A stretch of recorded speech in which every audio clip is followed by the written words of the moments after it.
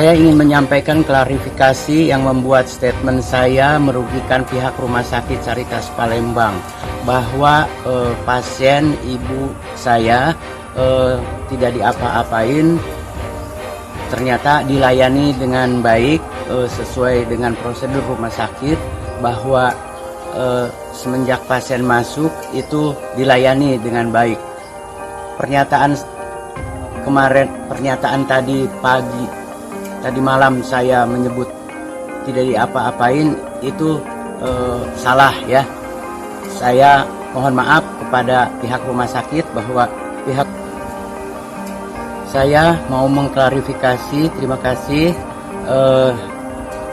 Semoga ibu saya lekas sembuh, bahwa ibu saya dilayani dengan baik oleh pihak Rumah Sakit Caritas Palembang, bahwa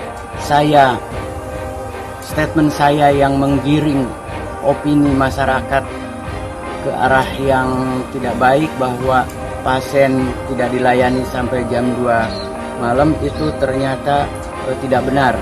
Pihak rumah sakit telah melayani tanpa meminta uang muka terlebih dahulu, tapi pelayanan yang didahulukan.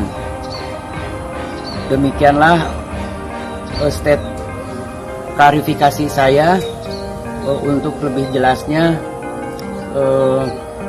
kepada yang berwajib atau yang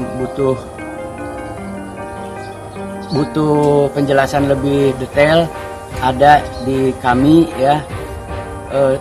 Yang penting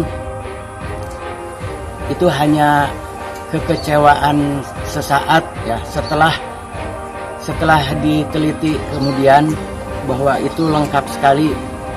Ketika pasien datang jam sekian terus diapa-apain, jam sekian diperiksa, itu sudah ada berkasnya di saya, bekerja sama dengan pihak rumah sakit.